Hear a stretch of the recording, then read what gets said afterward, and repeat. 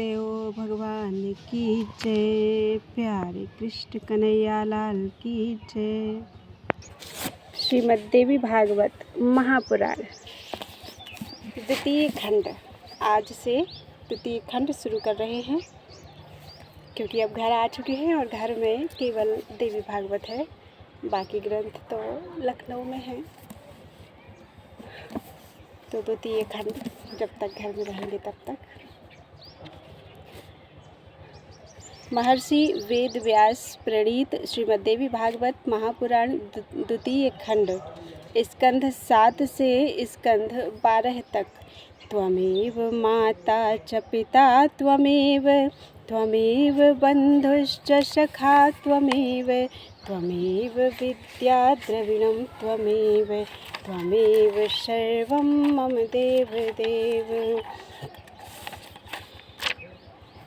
ओम श्री जगदम्बिकायै नमः। ओम ऐं ह्रीं क्लीं चौमुण्डायै विच्चै। श्रीमद्देवी भागवत महापुराण उत्तरार्ध सप्तमः स्कन्धः अथ प्रथमो अध्यायः। बोलो गुरुदेव भगवान की जय, प्यारे कृष्ण कन्हैया लाल की जय। पितामह ब्रह्मा की मानसी सृष्टि का वर्णन। नारद जी का दक्ष के पुत्रों को संतान उत्पत्ति से विरत करना और दक्ष का उन्हें शाप देना। दक्ष कन्याओं से देवताओं और दानवों की उत्पत्ति। सूत जी बोले, हे ऋषियों, तपस्वी व्यास जी से यह दिव्य कथा सुनकर परीक्षित के पुत्र धर्मात्मा राजा जन्मेजय ने प्रसन्नतापूर्वक पुनः व्यास जी से पूछा। जन्मेजय बोले, हे स्वामिन, मैं सूर्यवंशी तथा चंद्रवंशी राजाओं के वंश का विस्तृत वर्णन सम्यक प्रकार से सुनना चाहता हूँ। हे पुण्यात्मन, हे सर्वज्ञ, आप उन राजाओं के चरित्र तथा उनके वंशों का वर्णन कीजिए।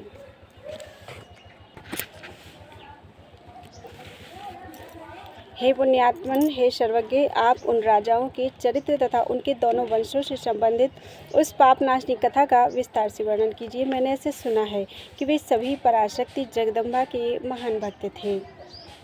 अतः देवी भक्त का चरित्र सुनने से भला कौन विमुख होना चाहेगा। राजर्षि जन्मेजय के ऐसा पूछने पर प्रसन्न मुखमंडल वाले सत्यवती नंदन मुनि व्यास ने उनसे कहा।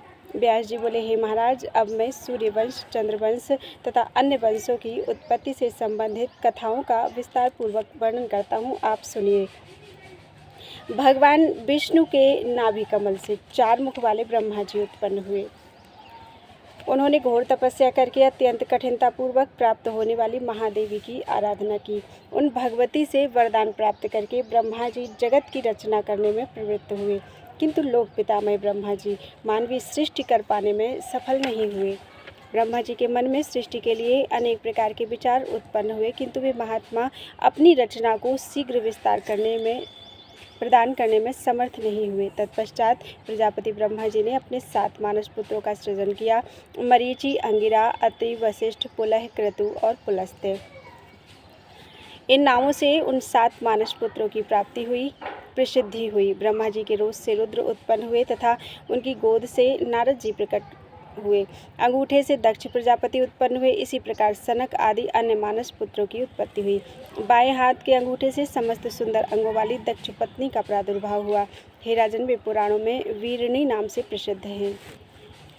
वे असिकनी नाम से विख्यात हैं और उन्हीं से ब्रह्मा जी के मानस पुत्र देवर्षि श्रेष्ठ नारद जी का प्रादुर्भाव हुआ है। जन्मेजय बोले, हे ब्राह्मण, अभी अभी आपने जो बात कही है कि महान तपस्वी नारद जी दक्ष से तथा वीरणी के गर्भ से उत्पन्न हुए थे, इस विषय में मुझे संदेह हो रहा है। धर्म के पूर्ण ज्ञाता तथा तपस्वियों में श्रेष्ठ नारद मुनि तो ब्रह्मा के मानस पुत्र हैं, तो फिर वे दक्ष पत्नी वीरणी से किस प्रकार उत्पन्न हुए। आपके द्वारा कथित यह वार्ता अत्यंत विस्मय में डालने वाली है।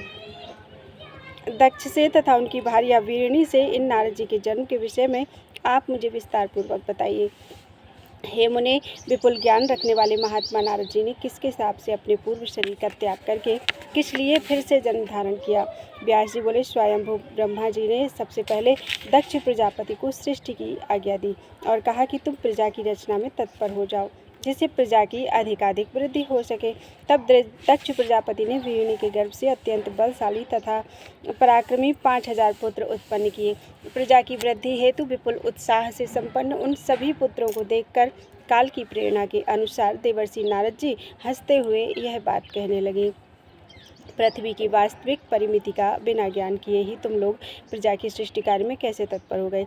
इससे तो तुम लोग निसंदेह जगत में उपहास के पात्र होगे।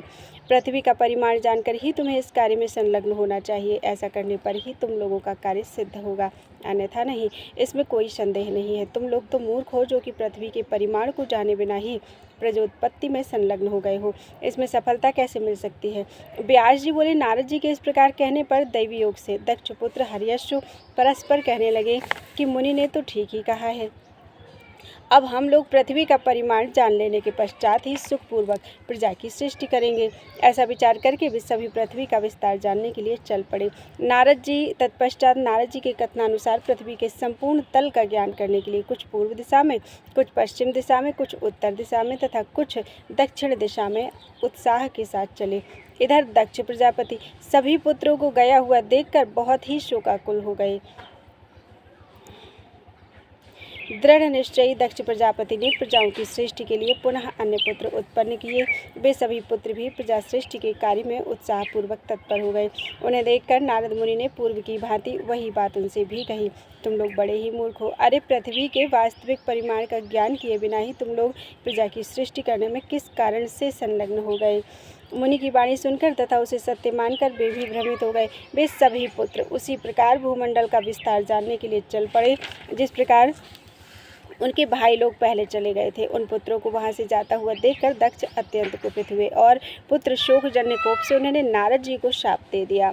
दक्ष बोले, हे नारद, जिस प्रकार तुमने मेरे पुत्रों को नष्ट किया है उसी प्रकार तुम भी नाश को प्राप्त हो जाओ। हे दुर्बुद्धे, तुमने मेरे पुत्रों को भ्रष्ट किया है, अतएव इस पाप के परिणाम स्वरूप तुम्हें गर्भ में वास करना होगा और मेरा पुत्र बनना पड़ेगा। इस प्रकार शाप के प्रभाव से मुनि नारद वीरुणी के गर्भ से उत्पन्न हुए। तदनंतर दक्ष ने वीरुणी के गर्भ से 60 कन्याओं को उत्पन्न किया, ऐसा हमने सुना है। पुत्रों का शोक त्याग कर परम धर्मनिष्ठ दक्ष प्रजापति ने उन कन्याओं में से 13 कन्याएं महात्मा कश्यप को ब्याह दी।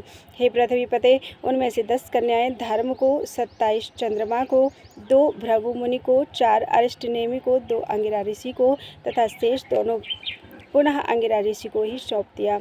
उन्हीं कन्याओं के पुत्र तथा पौत्र देवता एवं दानव के रूप में उत्पन्न हुए। वे महान बलशाली तथा आपस में विरोध भाव रखते थे। एक दूसरे के विरोधी तथा परस्पर राग द्वेष की भावना रखने वाले वे सभी पराक्रमी देवता तथा दानव अत्यंत मायावी थे तथा सदा मोह से ग्रस्त रहते थे। इति श्रीमद्देवी भागवते महापुराणे अष्टादशसहस्रयां संहितायां सप्तम स्कंधे सोम सूर्य वंश वर्णने नाम दक्ष प्रजापति वर्णनम नाम प्रथमो अध्याय। बोलो वृंदावन बिहारी लाल की जय।